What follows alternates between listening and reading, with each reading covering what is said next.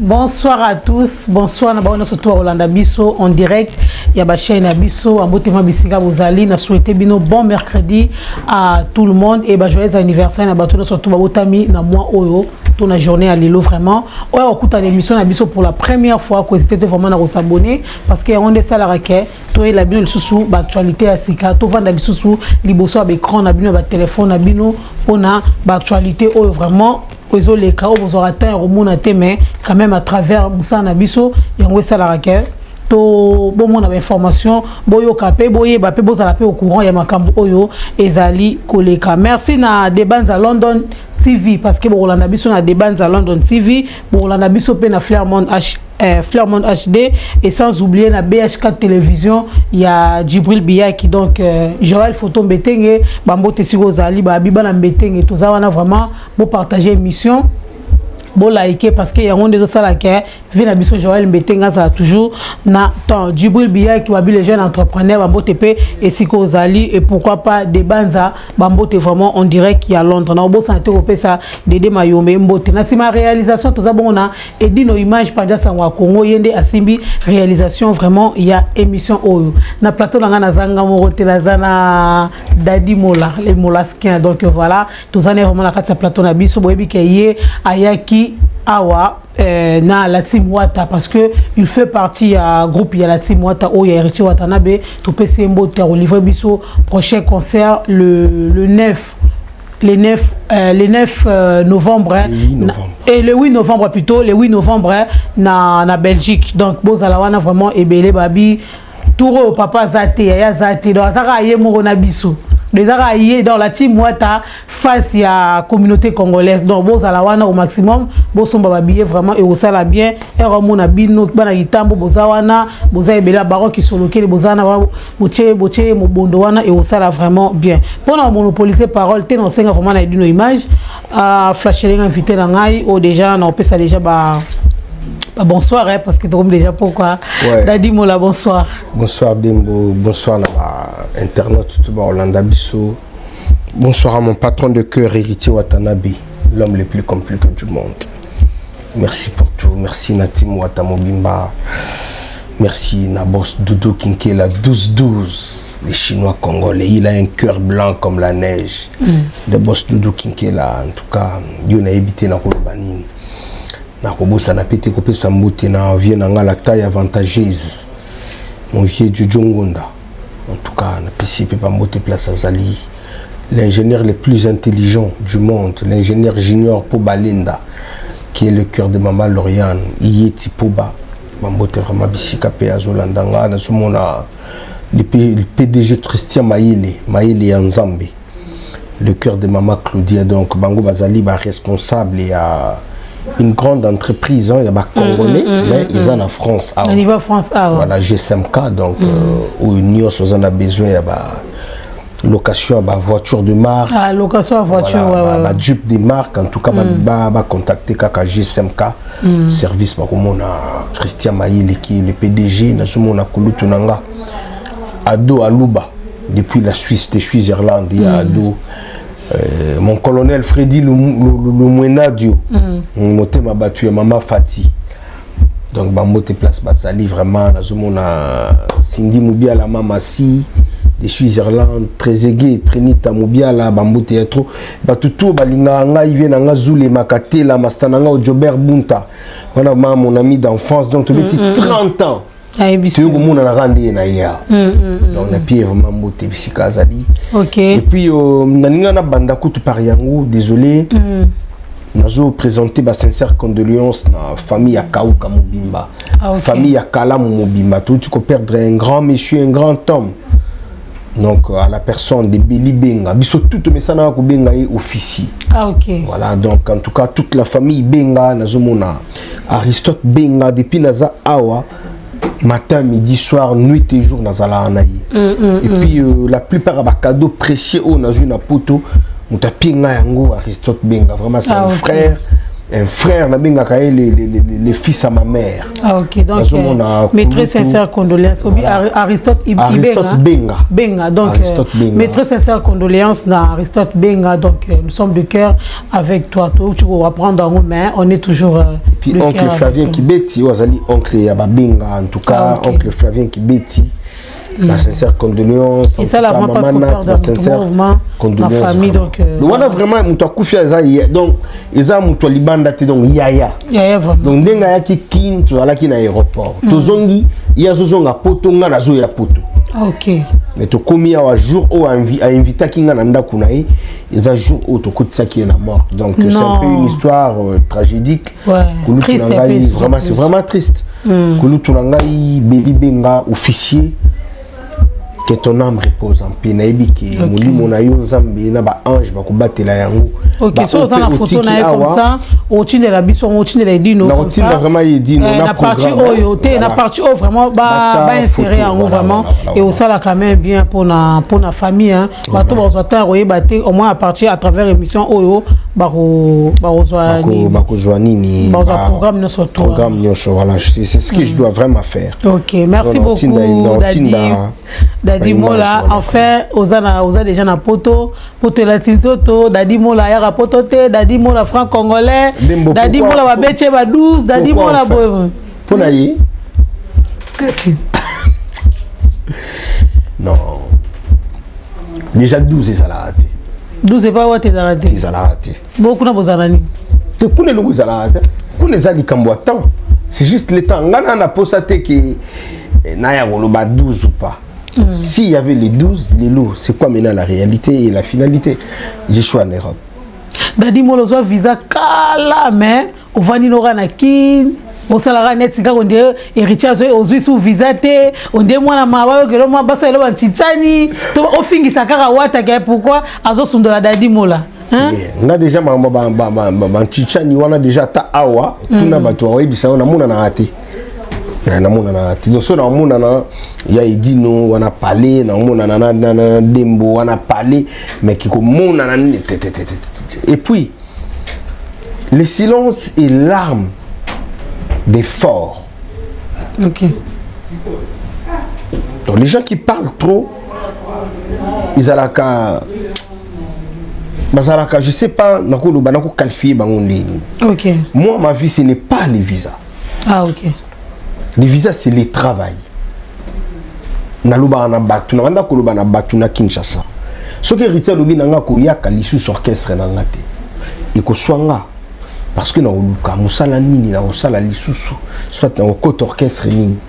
Orchestre ngona okinde ba yambanga ba kozwanga ndenge héritier zwakanga parce que la team Wata pour moi c'est une famille. Hormis le boulot, c'est la famille na ko la boishenga na ampiaka ambila ndeni na ambulance. On a trouvé solution. En Pakalingomba, on a trouvé solution. Donc c'est une famille. Pour ne pas qu'on directement pas à chapiteau où ils allaient hériter Watanabe. Mais vite, bah, pardon, tant que héritier Tikangana Moussala, vu que je travaille au sein de la team Wata, pour moi c'est quelque chose d'énorme. Ok. Mais est-ce que vous avez noté que mon orchestre est voyagé aux États-Unis? Tu as payé l'Afrique déjà, il y a déjà.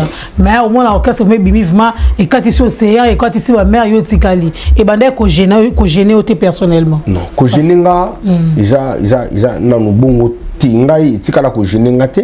Mais la chose la plus importante, pananga, ils alaka, nazalaka bien, bananga bazala bien, bananga batanga. Ce qui conditionne les a réunis. Voyage ou pas, pour nanga, nazala na pasi na motemate.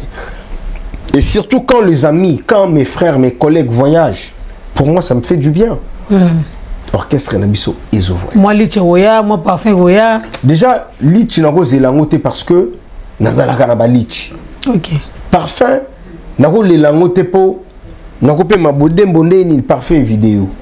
Et moi collier. Okay. Masananga yoyo casserole neni kokeno na ba parfait danger tekende zwelanga ata azaro mabe zéro quand même qui a zwelinga mo azaro tu veux pas désolé à London City. London City en tout cas je te salue agence London City on est ensemble désolé en tout cas il y a pas pizola na pebino ba moto moni 2 jours après parfum yi na utiliser nanga. OK. Mais eloko ali boso na bavi na biso L'organisation, si tu es bien organisé, t'inquiète Dembo, vous allez nous bien. Ok, bon, et puis pour toi, namoni, tu n'es surtout à vivre rose, hein. Ouais. Ma pata peut quoi la route. Bon, mais ça a poto. Ouais. Mais on a moutou à vivre rose, tu. Au comment on a pu moutou moi, oui, c'était pas moi 10 francs, 20 francs, exact. Naninga ma bête. Mais nga na sala ka musala nanga bien. Moi 10 francs na zwaka na yebaka ko bomba, moi 10 francs na zwaka na yebaka ko s'organiser. Bana ndé bazala bien pas là ba tu futama. Ouais. Pour na visa na zwaki visa. Ouais. Et j'avais dit à mon patron ce qui na lobi qui na kende ensemble na binoto avant et kozala moi malamu mingi te pour nanga parce que na otika bana na débandade. Tu rappelles comme actualité. T'es même pas après Watawandoz et Dadi Mola. Même pas. Baso c'est la Francis Dubaï, Baso c'est la Dadi Mola, Baso c'est la héritier Wata. Hein? C'est là comme en actualité. Après Goga, jamais Baso c'est la biso parce que Goga c'est l'institution. Nous autres, nous sommes des personnes. Quelle bonne personne qui va accompagner Wata. Bon, voilà. Après, les musiciens des Araké, ambulance à Zawana, Miyemba Zawana, Cédric Mbouga Zawana, mais hormis les musiciens, parce que quand on voit déjà héritier Wata, les musiciens à Zawana. Ce que tu as dit, Masko Libanda, Francis Dibaya Zawana, Yo Zawana. Donc, on a un aéroport. Merci beaucoup, Dembo. Nalanda qui va. Live na yo hein nalanda qui na CP là qui parce que les gens réclamaient Dadi. Ben oui. Voilà. Mais actualité oui, mais nalinga qui natika no bana en ordre. Na ebiki ce na obeta 3 mois. Ba petit semoule évidité, l'eau soit évidité. Nchiki ya ba petit basa la bien ta 1 mois. So na début à rentrer ouais. Na ebiki nini na koki ko bakisa mais batika la nanu bien parce que biso batu batala biso à travers ba petit hein. Ouais. Ponga ba petit na blaga te. So na 50 les ngati. Sabola yo miniature. Oh et puis nga bana nga omona bango te ke sondidi non. Bana nga. Yaya Kutu je te salue. Ernestine Moulaouti, qu'on soit diplôme d'Ontose et la série de l'université. Donc, et après Natal, je peux voyager, je suis prêt. Ok. Il y a un moment qui est là 2 jours après. Ok, merci beaucoup. Donc voilà, Dadi Moula, Dadi Moula. Dadi Moula, une très belle question. Dadi Moula. Moula, M-O-U-L-A. Moula, on est là. Dadi Moula, bon, je sais pas, l'espoir. L'espoir, on est l'espoir.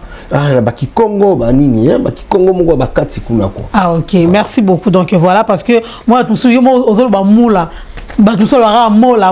Donc ça. Si on a tika na ngape bango, oh yebi Mola, oh Moula, mais ah ils allaient Dadi Moula. Mais dans tout ça Dembo, je dois remercier infiniment mon patron.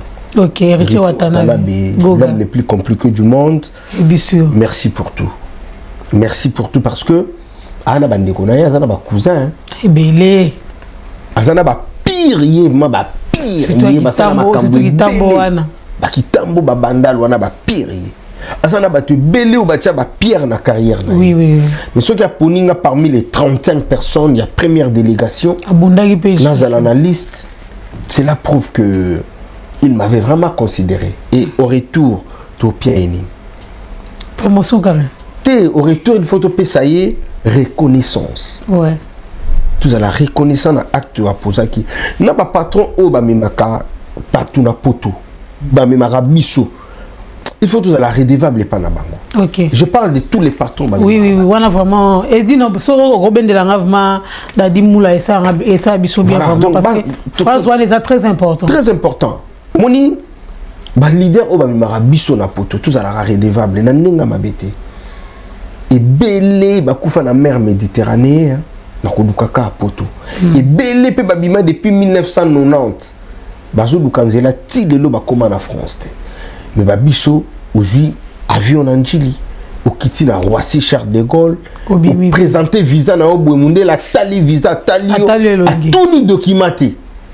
OK, a checker visa, checker passeport kitoko bon séjour. Voiture payée zuyo Dadi Moula. Voiture, ba jeep na ba voiture et yé ko zoyo. Ba même pe place mongo na peut-être sénateur t'es député t'es. Sénateur t'es député t'es. un simple porte-parole ya Wata. Dans l'ancien cas Wata visa qui Congo ka ici. Ya Wata ka Congo kaka. Kaka Congo.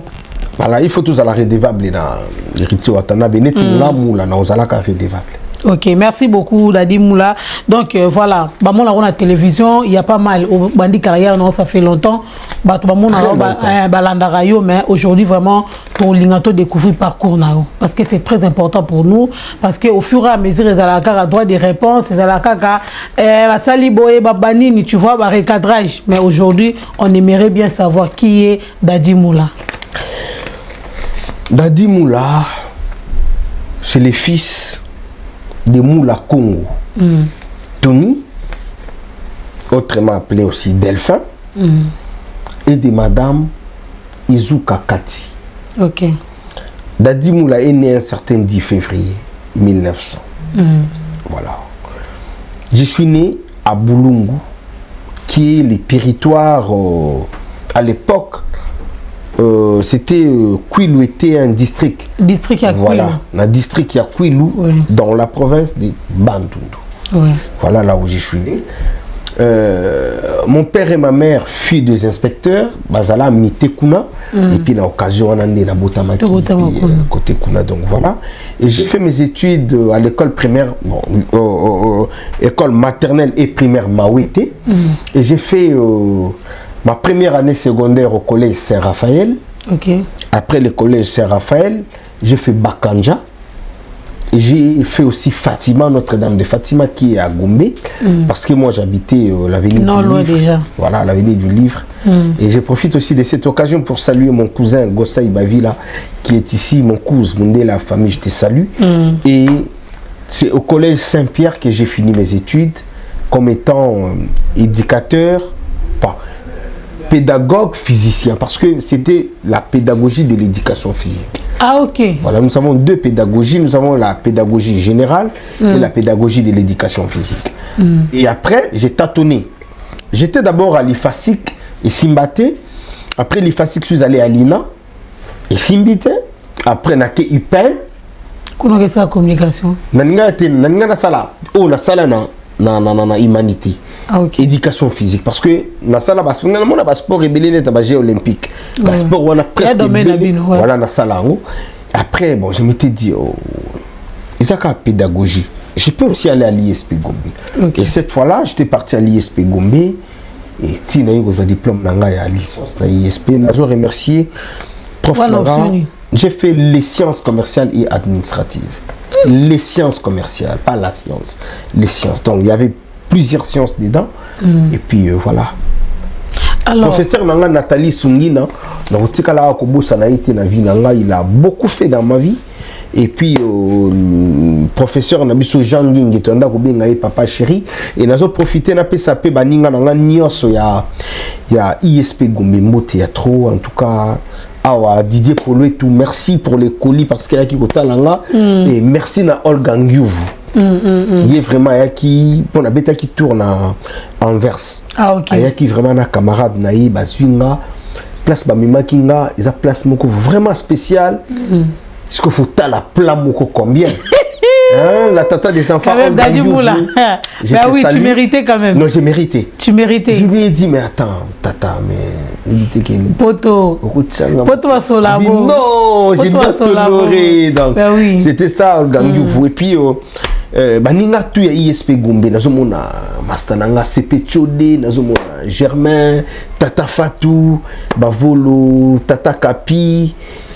Karine wana tata mwasi bana ya Mundele Vali Elonga Chief Soko Ponclin Bouza Ebele hein na pesi bino ma ba mbote ba destino ebengo ba mastananga po tout ça na ba groupe Ebele ce qu'on a ba groupe wana mon Mali ISP vraiment c'est une grande famille. Mais c'est là quand d'ailleurs tu so bengana awa je te salue très là donc fallait to kuta na bana ya émission mais tout le monde a donc après émission peut-être. Mais vite ton parcours. Voilà, c'est ça un peu Dadi Moula. Ah OK. Alors vite ton parcours scolaire déjà. Alors comment tu t'es retrouvé chargé en communication à l'Aximouat? Et déjà, na bandi na UPEN, c'était en c'était en 2004 2004, non, 2003, 2004. Si j'ai encore une bonne mémoire, voilà. Ok. Donc c'est, moi je me dis c'était quelque chose de destin. Ah ok. Quelque chose de destin parce que là où on louait la maison, il y avait 2 danseuses qui étaient les propriétaires, les filles du propriétaire, il y a Parcelle Nakauka. Mon grand frère de Gaulle Kangonzo, Azana Belgique, et puis mon grand frère Olivier Kwasi, Azana Cameroun. Et tu as que foutre là, ma grand frère. Tu as dit non, tu as collé, ma grand frère, qui est à l'époque, j'étais en 6e, dans un diplôme dans Maboko Nabango. Et par après, Mado. Alobi nanga mais tout bêta tout paix à son âme en tout cas la regrette qui est trop. Ah ok. Et voilà. Amoulande ni tout bêta son tour la répétition ya Wenge El Paris. Ah tout bêta tour. OK, d'accord, c'est pas grave parce que les rois Pelé Moitianf on quoi qui baka c'est mon cousin. Ah ok. Tout petit tour. Parce que tout petit tour à l'époque Laurent Fabrice était comme le seul porte-parole de Wenge El Paris. Ah. Alors, et au Sala Kibazuluka, deuxième porte-parole à secondé Laurent Fabrice. N'a pas pour n'anga kabou hein. Et na foule ya bato alubi yo toujours. Ba bete ata bete. Ba yebite ba ponika nga, ba biyo tout le monde ko ya ka repose à la propre. À l'époque, j'étais trop mince. J'étais trop mince. L'habitation des Alaï Boga ou pas. Et puis assez Boga, et puis il y avait un vieux qui était là qui parmi bateau pour ça qui c'est un grand cadre dans MLC, mon vieux Toussaint. Autant écoute qu'on postulé malheureusement soit quitté mais tout le monde qui a allé la biche na kauka. Et comme ça là, la biche demain tu viens à la maison, après singa numéro na téléphone. À l'époque ba WhatsApp ezako touté. Attends, les réseaux sociaux, à part Facebook, je sais plus, Facebook peut-être. Et puis, si numéro, on a benganga lobi oyananda pour la bandale. La bengi pe na air prévu, et puis si tu viens à la maison, na komi pe panaye, azuinga, après si bande vidéo, il y a des clips, il y a couvre-feu. Ok. Et puis si oyo, on va nous les canango TV. Mais toi qui déplace toujours, il y a Marie-Paul. Il y a juste venir à Toison d'or na coin. Ils ont la place donc ils ont juste état là na commune. Ouais. Et to komi wana ya ka réunion ya Ekirimoto moko. Ekirimoto moko ezalaka l'un de club de fan club ya Wenge El Paris. Et puis le roi Pelé ya pe wana ba yena vienanga Guy Moller. Je pense qu'il vienanga Guy Moller à Bossana. Tant ba yé wana na bandal ba bandi au solo la mambo orchestre ba to lobby et après Balobi non, tu y te présenter yo, moko ya porte-parole biso toji. Moko ya porte-parole boji abi oui. Ba yé. Oh. Mais il y a sa cousine nga za leki nga déjà l'orchestre, tous à Liverpool. Petit frère Ayimbaka. Parce que y a personne qui a yé porte-parole. Porte-parole monité l'orchestre ngo commune ta famille. Népotisme. Ah balobi non. Népotisme est à libisoté. Biso to limika ka yé. Et allo bara. Alors, bon, problème exact, il y a un lobby répétition te présenter pour comme mon musala.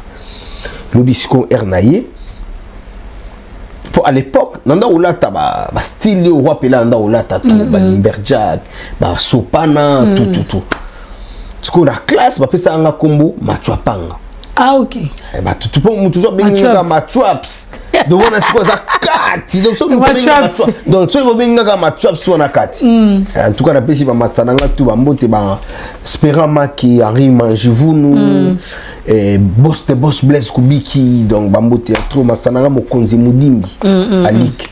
Ba master belé hein ba Yurambi donc ba mastananga ba Junior Lisambola et au ça là que Roi Katindoulé, à bon, on a présenté le porte-parole à Sika. A présenté le bon, zo micro, ou le bonjour, Ando, le tout n'y a pas ça, comme on a un dadi moula, Machuapanga. Ah, la émission qui est bibi play, ba télé, ma bêta, ma boko, lui roi, allo bali sous-souté yé. Validé. Bah, validé, nga. Bon, fallait ce que tous les émissions. Dimanche, naïe na. Kangi Laurent Fabrice, Laurent Fabrice nous t'a présenté à la télévision. Ok. Donc voilà un peu, c'était le départ, il y a début de la carrière. Laurent Fabrice, dans un peu redevable, il a effort. Donc, il y a un zone à bouer, il faut un cadeau vraiment spécial. Ah, ok. Merci beaucoup. Et bon, dans la team Wata, comment tu t'es retrouvé à côté de Héritier Wata? Bon, il y a ça là que, dans cette carrière, Wenge El Paris. Ce qu'on voit, c'est là qui déjà y a un zone poto. Ce qu'on a na bunda kana la télévision na information mongo des fois na imagine kaka. Mais il faut que tout dans la TV bika le co soit TV na debi. Mais il te fait que comme manda chante à l'andarabe mission tout na la lika. Ce qu'il se dit orchestre nangisa actif. Mais Marie-Paul babeta raté. Mais Pechoyo abundaka na TV tefu na zoaye.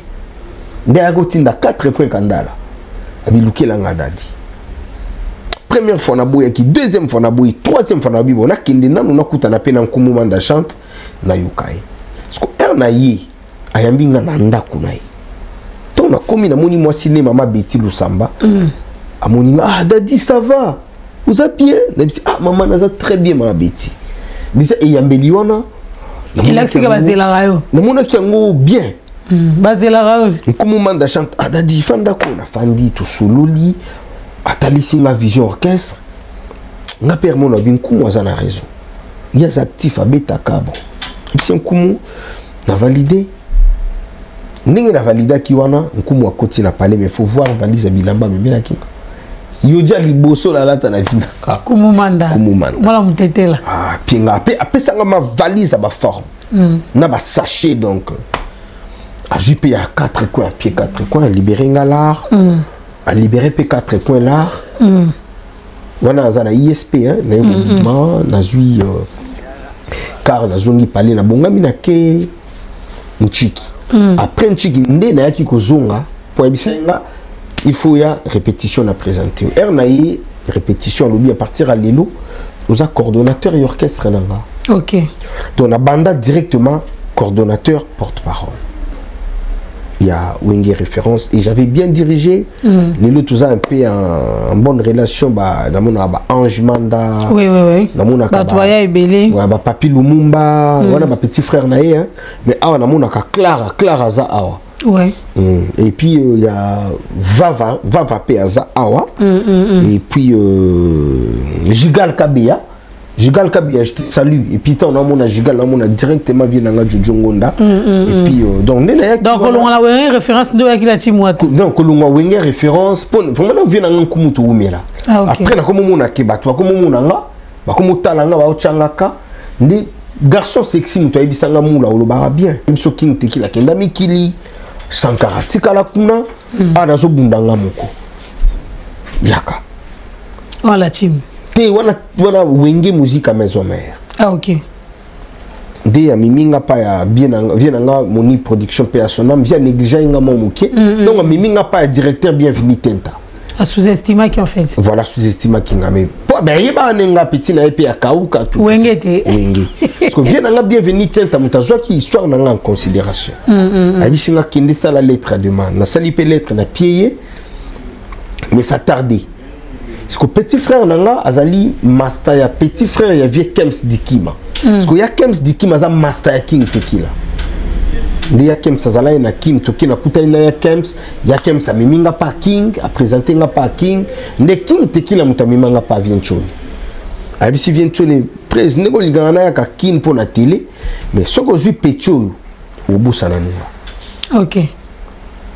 Ah bon d'accord. Le roi de la forêt paix adopté nga après atindinga na télévision na nous test basali singa test jo on a lata piki to copie test les cas dans lata bien fort bien tu na talinga lobité pecho c'est bon test allez kokota nga wengi musique à maison mère yango après Wata longa le okena Wata longwende ayibi omba mo bon ayiba ngate il y a quelque chose il va kutinda batu balubananga ki mutuna wa longwela ndai.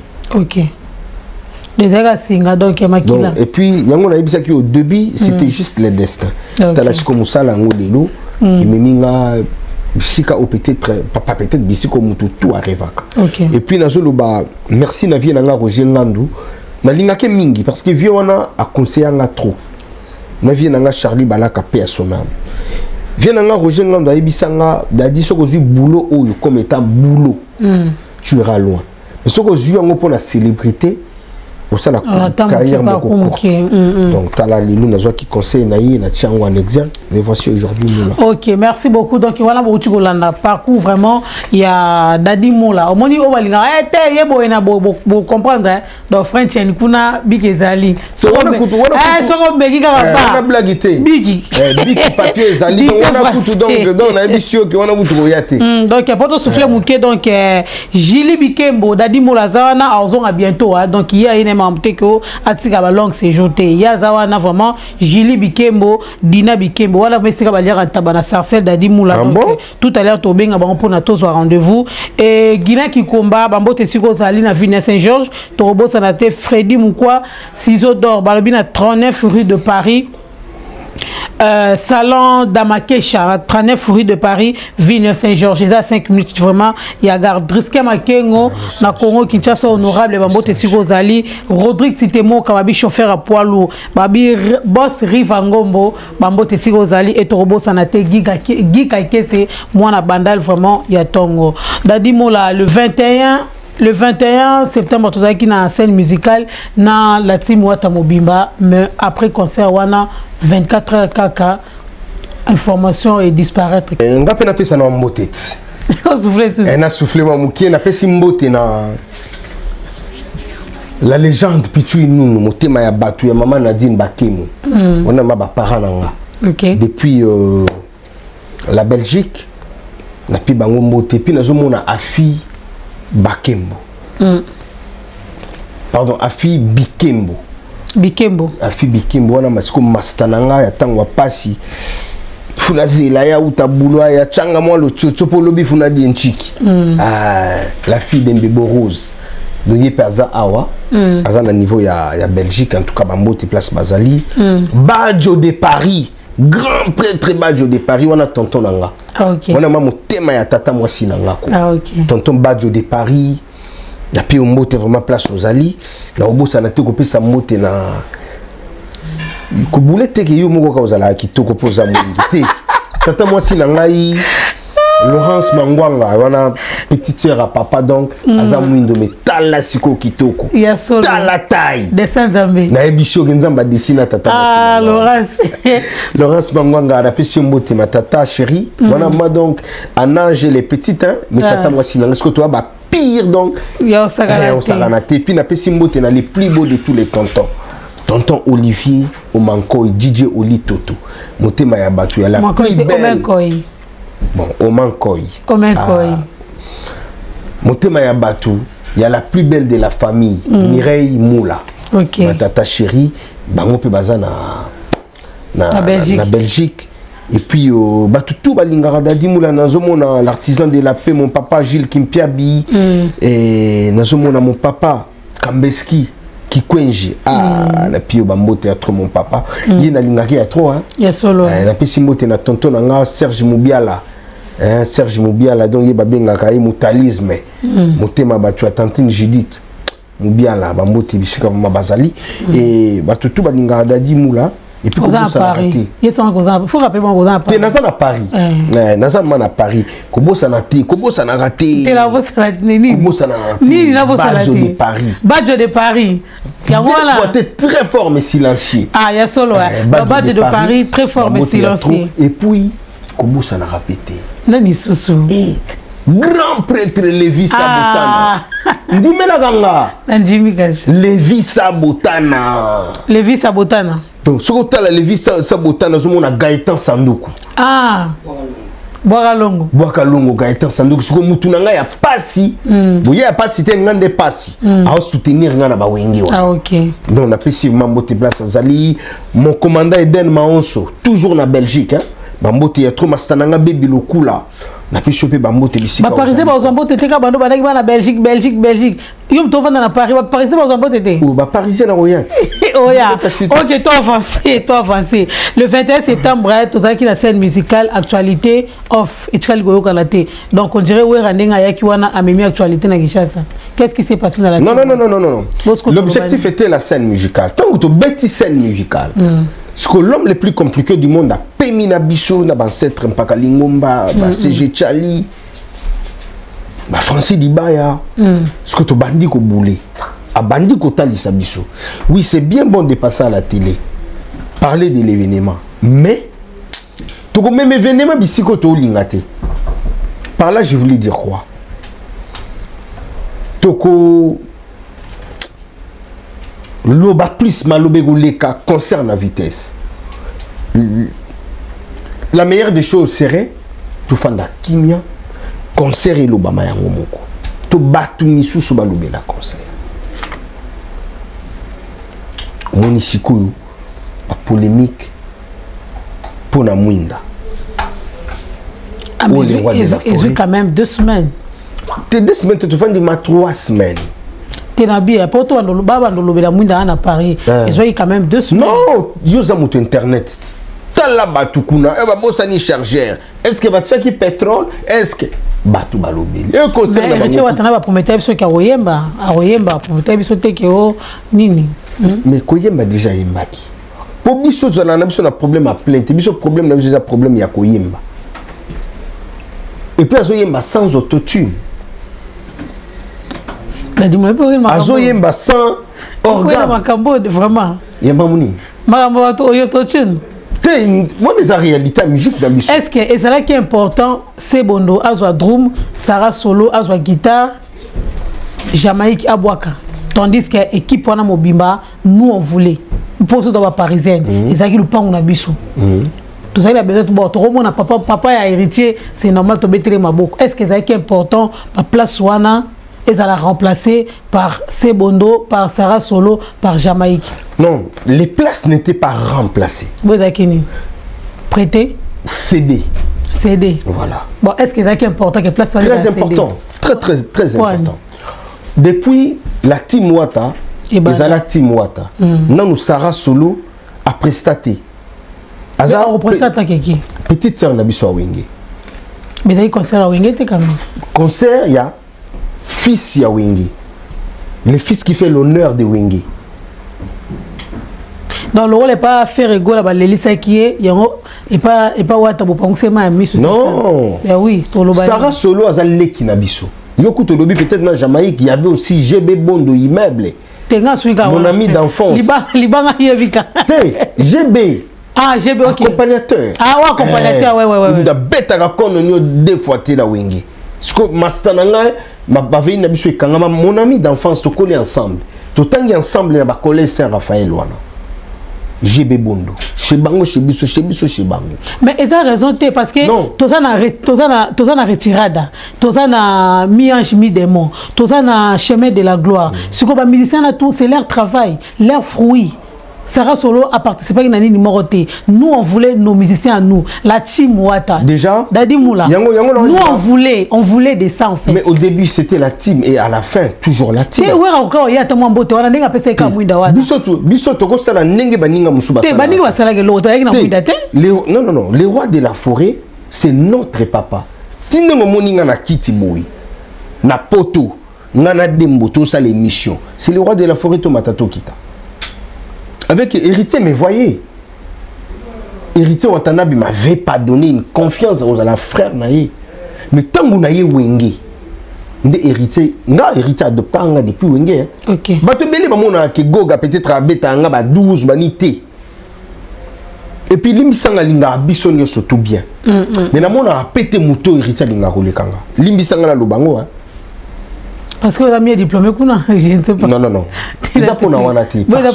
Parce que ngai na wingi na anda kuzala na goga. Ok. Na tambola na goga. Donc pesa que maintenant temps na yo quoi. Na pesa temps na nga po ayeba nga bien. Ok. Seul musicien ya wingi ou anda kolia sani moko na goga. Dadi.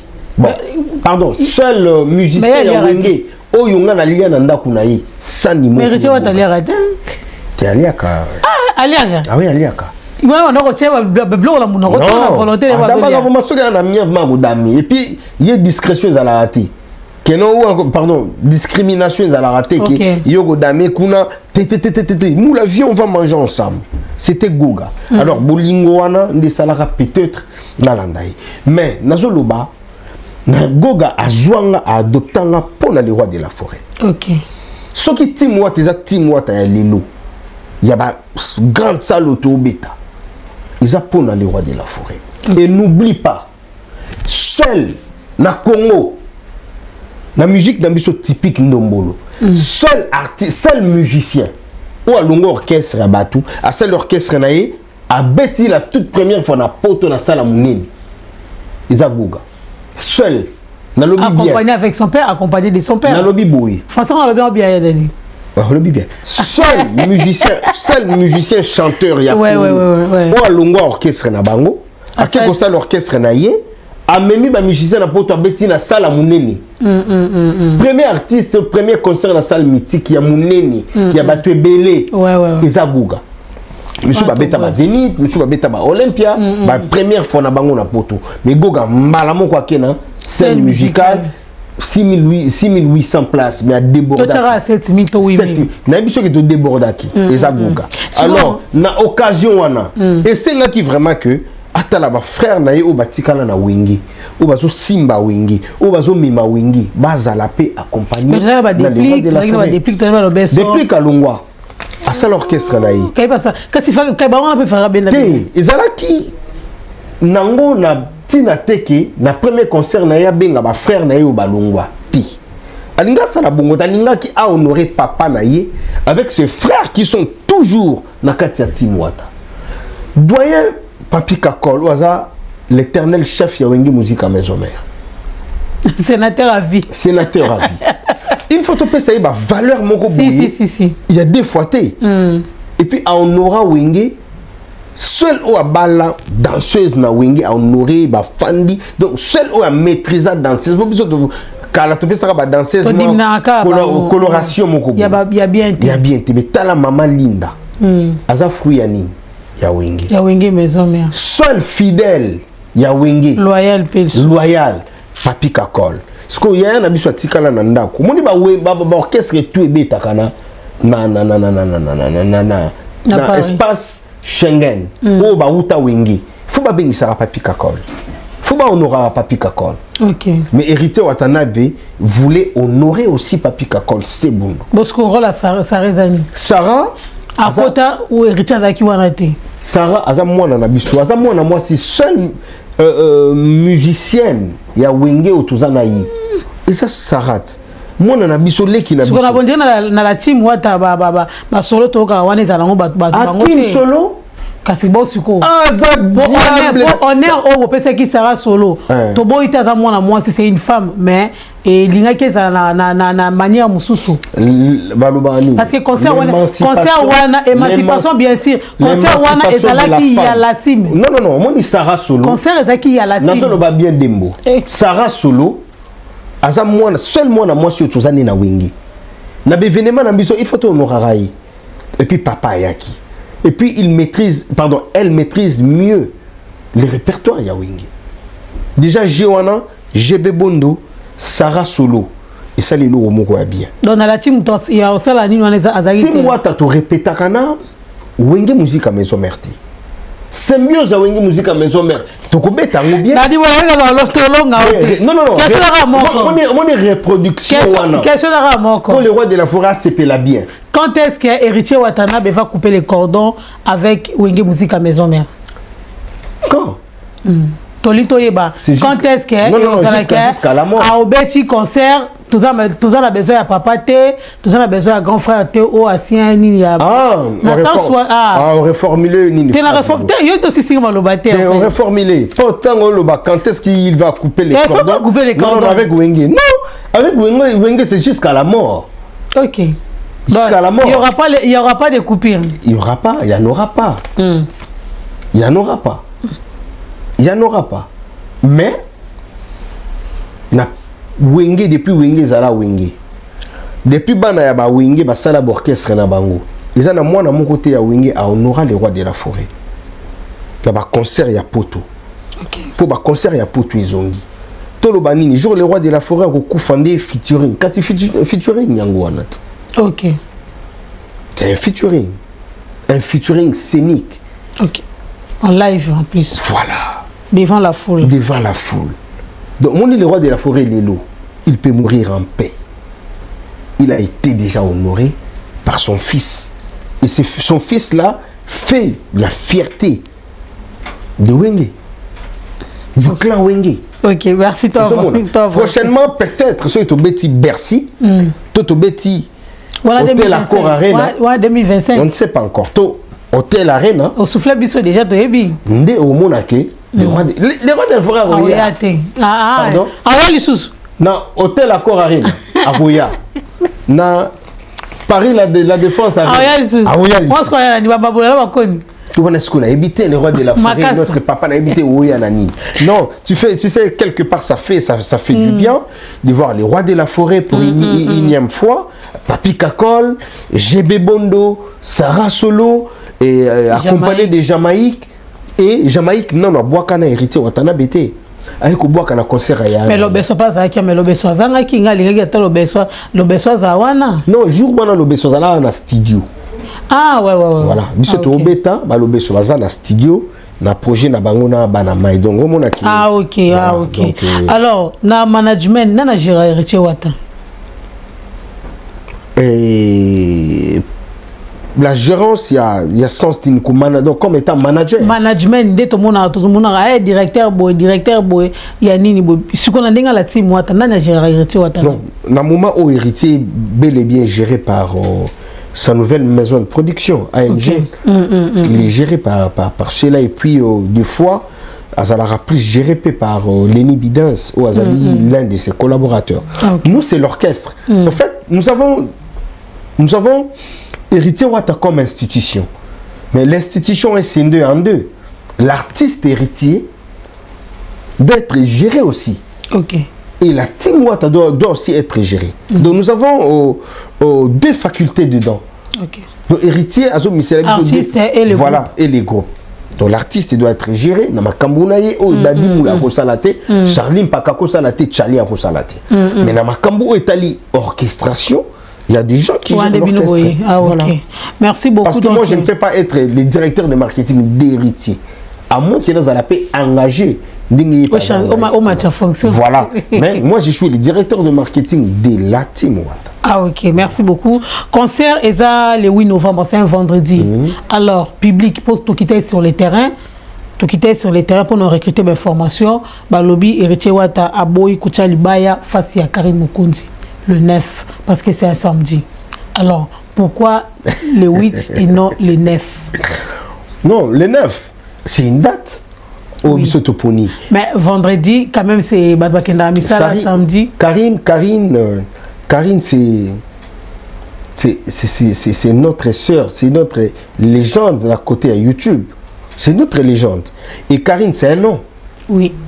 Et quand Karine a un événement, héritier, c'est son père, je peux dire. Héritier ne pouvait jamais étouffer l'événement de sa fille. Et biso mon professeur Toutchak Yango le 9. Tout le monde qui a étouffé l'événement, il y a sœur Nabiso. Bon, c'est le public, il y a la team Wata. Il y a le vendredi.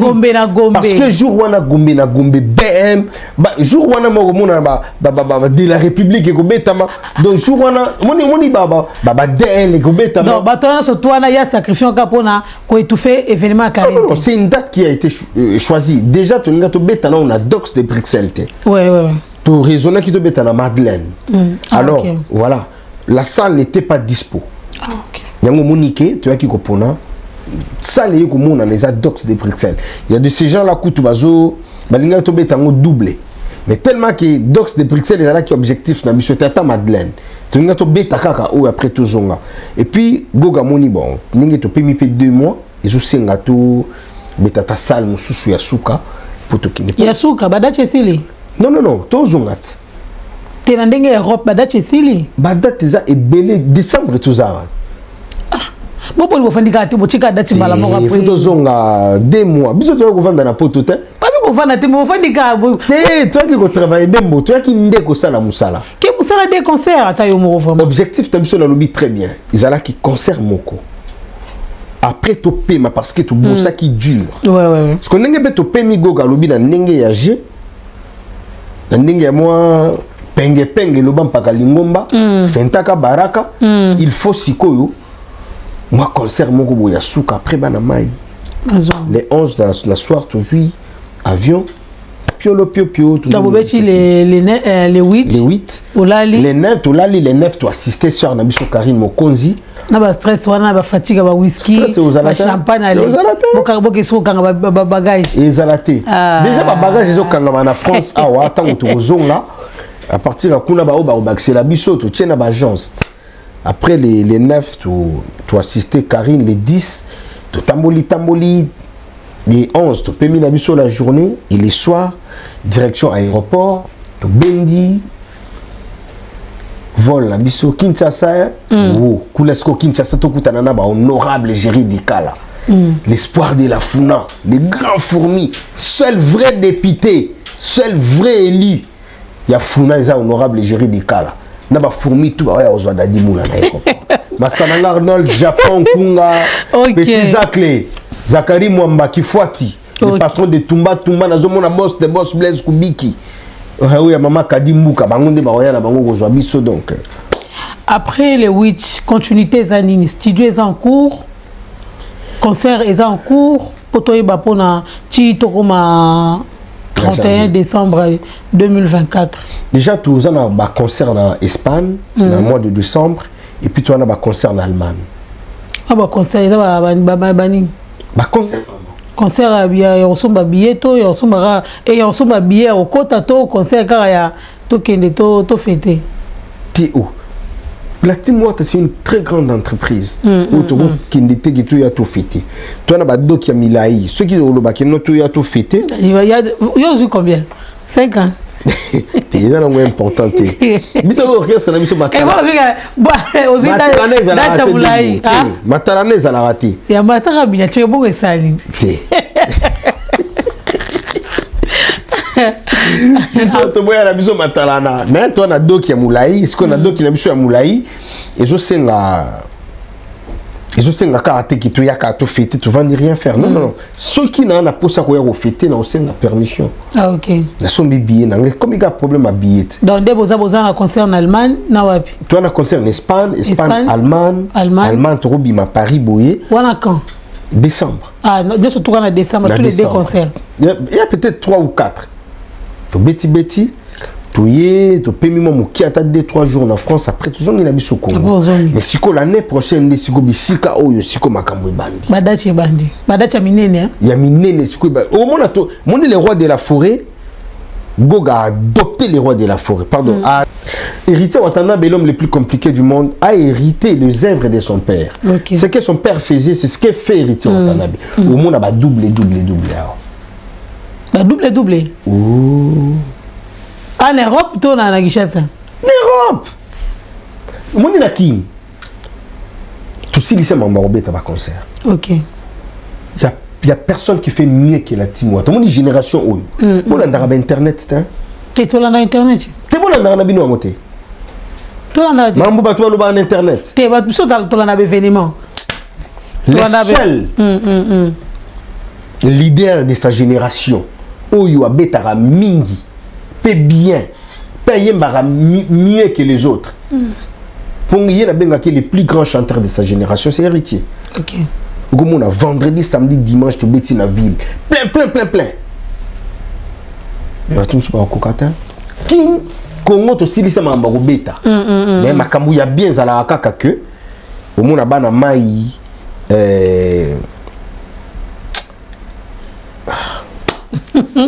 OK, merci beaucoup. Tout avec mon Dadi Moula, donc voilà, tout le monde qui est vraiment dans Soukaya émission la bis. Et puis à répondre à la besoin. Parce que je suis avec héritier. Bah tout le monde ça là, on peut passer à leader là-bas. Mais tout ça là bien. Tu as au film à leader à OK. Moi je me suis les plus grands chanteurs de sa génération, c'est héritier. Là comme ici patron là-bas. Il va y avoir Emba. T'es là où Emba. OK,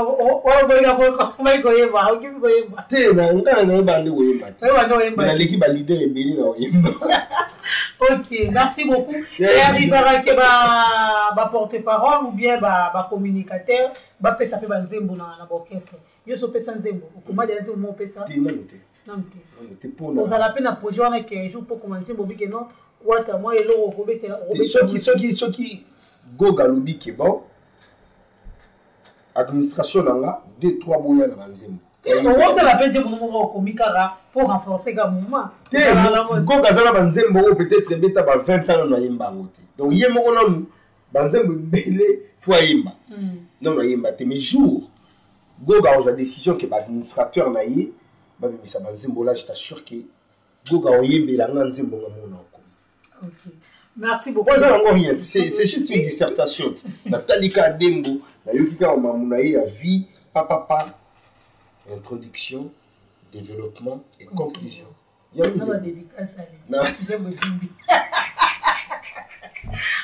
merci beaucoup Dadi Moula. Nandé moi accordé ce matin Oyo.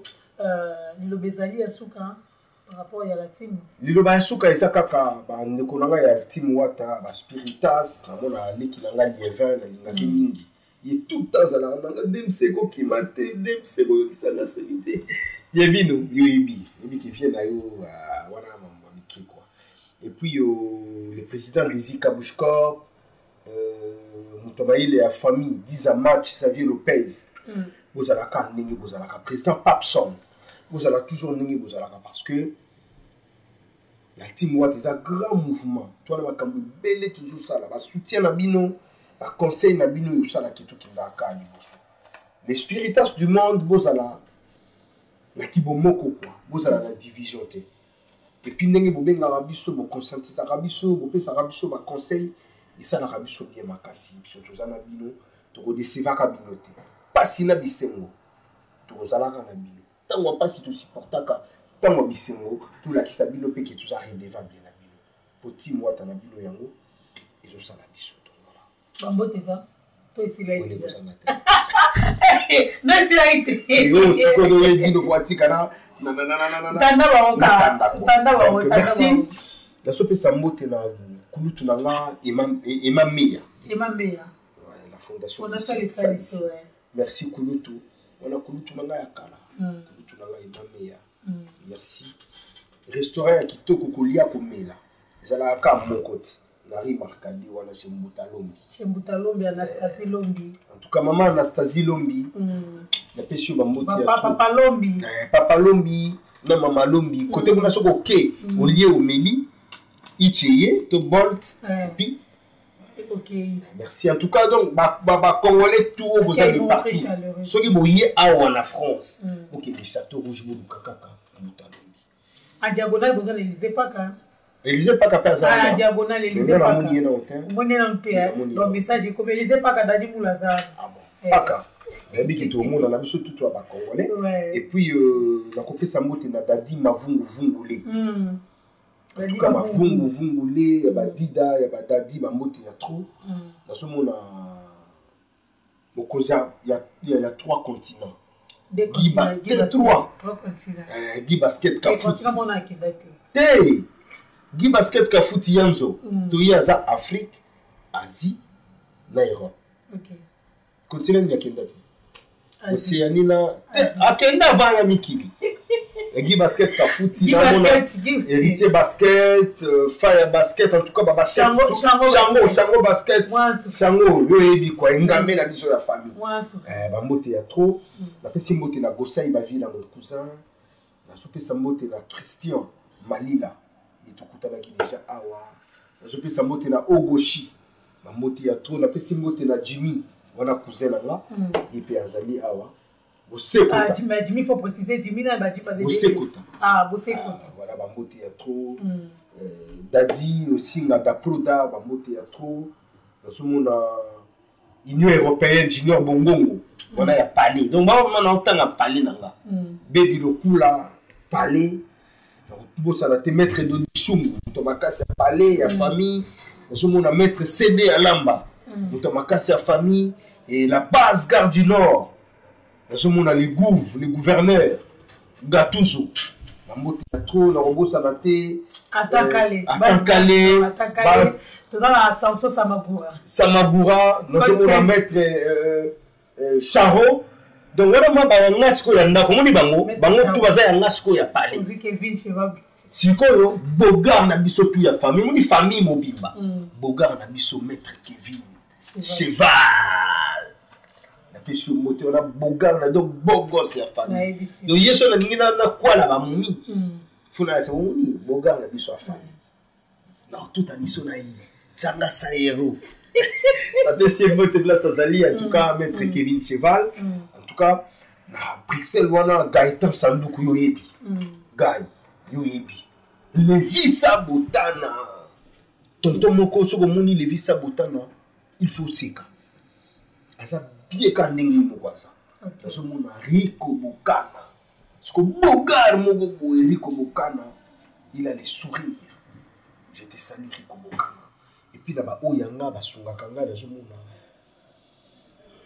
Serge Makila, les dragons de la monnaie depuis Kinshasa. Pembeni na ye bazala kana grand prêtre bileni. Muni nenge na lata la kitoko. Kodi no musikate ka bileni. Parce que Serge Makila aza komi na ba pale ata ba 130 na kauka. Pezo matisa ngoka ba immeuble. Makila ya ba Serge, les dragons de la monnaie. Ozo mona dembote. Demboye. Masa mandefu. Sala kandengo sala wana quoi. OK. Et puis na pesi mbote na les boss du tout qui la 12-12. Les Chinois congolais. Le pesi mbote hein. Les Chinois congolais. Doudou Kinkela 12. Doudou Kinkela. Il a un pasteur Kinkela. Ah OK. Il a un cœur blanc comme la neige. Ah bon? Comment Doudou Kinkela tomolango. Les patrons. Oh ya koki ko bongisa mutu en une seconde. Les boss Doudou Kinkela. On peut bien hein. Doudou Kinkela. Moi je te fais confiance. Dadi moi on et la pesimbote na grande sœur nanga Aurélie Kabessa. La pesimbote na frère nanga Fursi Kabessa. Laura Kabessa na pecho bamote Jenny Valencia. Grande sœur ya batu ya bébé Ronika. Ronika banda ko boage depuis azana libumu. Tango bota ni bébé ba boaka elelo pa kola na université. Ronika tonton te salue et Jenny Valencia c'est ma nièce aussi donc bana ya grande sœur nanga Aurélie Kabessa. En tout cas batu tout o balinga dadi mula. Nous mon avis nanga Guy TGV. Il y a trop de place aux alliés.